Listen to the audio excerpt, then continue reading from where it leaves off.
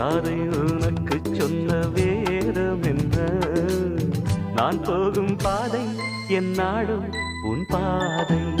குருவாயூரப்பா குருவாயூரப்பா, நான் கொண்ட காதலுக்கு நீதானே சாட்சி.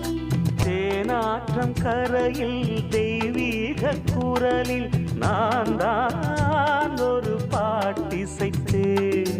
தினந்தோறும் இரவில் நடுஜாமம் வரையில் நான் தானே அதை கேட்டிருந்தேன்.